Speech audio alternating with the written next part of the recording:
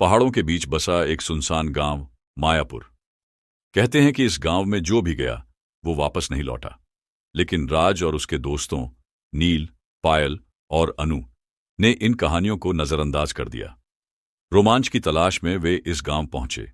गांव सुनसान था, पुराने टूटे फूटे घर, हर तरफ वीरानी, और गांव के एक कोने में खड़ा था एक प्राचीन मंदिर। मंदिर के अंदर एक बूढ़ा पुजारी मिला। उसने उन्हें चेतावनी दी, यह गांव श्रापित है। हर अमावस्या को यहां अजीब चीजें होती हैं। अगर तुम जिंदा लौटना चाहते हो तो सूरज ढलने से पहले यहां से चले जाओ।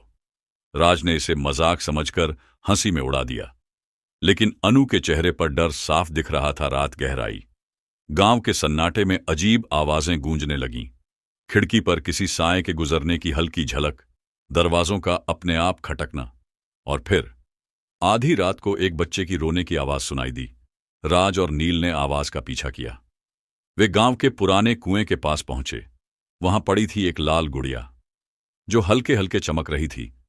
जैसे ही राज ने गुड़िया को उठाया, एक भयानक चीख सुनाई दी। पीछे मुड़ते ही उन्होंने देखा एक औरत सफेद साड़ी में खड़ी थी, लेकिन उसका चेहरा धुंधला और डरावना था।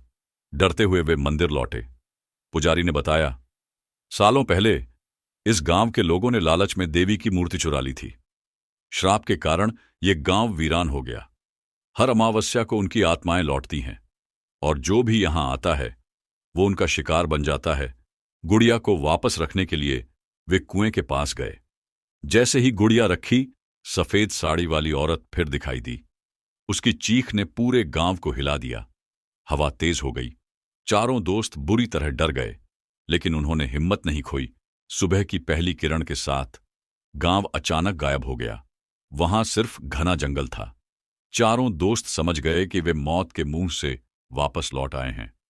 मायापुर का श्राप अब भी अनसुलझा था। कहते हैं, जो मायापुर का नाम भी लेता है वो उसकी आत्माओं को बुला लेता है।